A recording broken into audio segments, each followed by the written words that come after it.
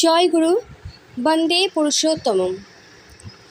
যুগে যুগে যখনই অধর্মের প্লাবন এসেছে, তখনই পুরুষোত্তম এসেছেন অসাধুগণকে ধ্বংস করে সাধুগণকে রক্ষা করা ও জগতে ধর্ম প্রতিষ্ঠা করার জন্যই।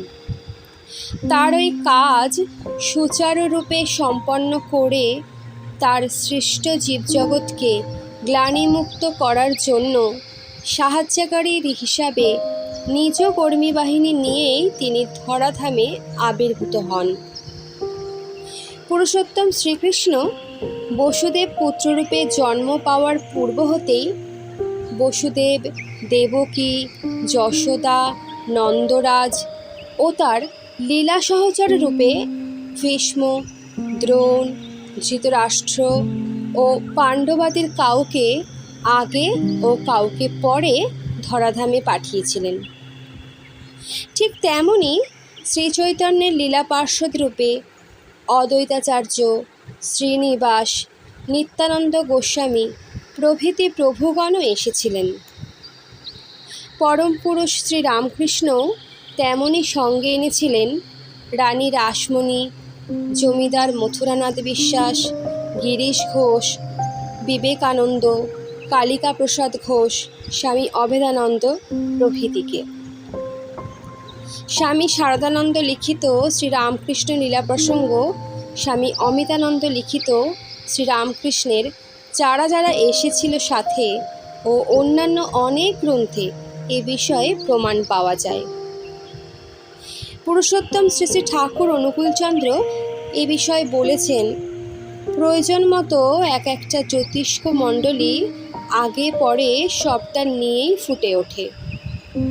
মহাপুরুষ যখন আসেন তাতে অনুরক্ত সাঙ্গপাঙ্গও আসেন। এই সাঙ্গপাঙ্গদের কাজ হয় মহাপুরুষদের জীবনের উদ্দেশ্যকে বাস্তবে ফুটিয়ে তোলা। মহাপুরুষেরা যে পদাঙ্ক রেখে যান তাই হয় ভবিষ্যৎ মানুষের চলার পথ। সাঙ্গপাঙ্গদের মধ্যে যারা যত লোকহৃদয়কে আদর্শে আকৃষ্ট করে তারা তত দেবদীপ্তিতে দীপ্তিমান হয়ে ওঠেন। মানুষ এদের কথা স্মরণ করে ভরসা পায়, প্রেরণা পায়, জীবন পায়।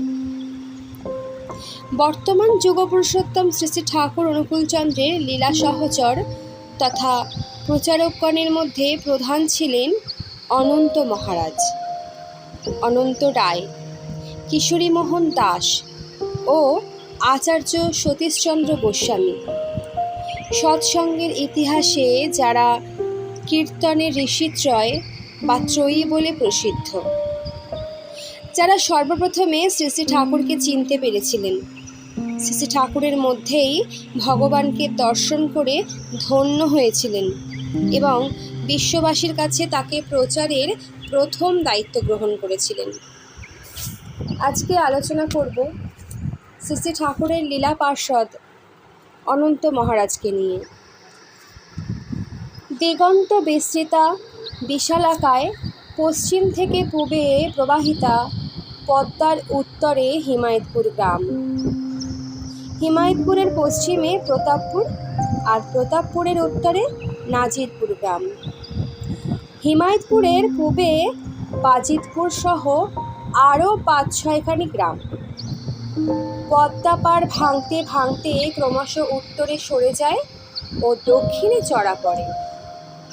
এভাবে হিমায়তপুরের প্রায় ১/৩ যখন পদ্মাগর্ভে বিলীন, তখন ১৩০১ সালে প্রতাপপুর নামক সমগ্র গ্রামখানি পদ্মা গ্রাস করে। হিমায়তপুর, নাজিরপুর ও প্রতাপপুর এই ৩টি গ্রামই ছিল যাবতীয় পাপাচারের অভয় লীলাক্ষেত্র। ১২৯৫ সালের ৩০শে ভাদ্র বিশ্ববিধাতা নবনর কলেবর ধরে বিশ্বজননী মাতা মনমোহিনী কোল আলোকিত করে অবতীর্ণ হলেন হিমায়তপুর গ্রামে। অপরপক্ষে সকল প্রকার পাপাচারপূর্ণ প্রতাপপুর গ্রামে ১২৯৩ সালের ৬ই আশ্বিন জন্ম নিলেন অনন্ত রায়, অনন্ত মহারাজ। মহারাজের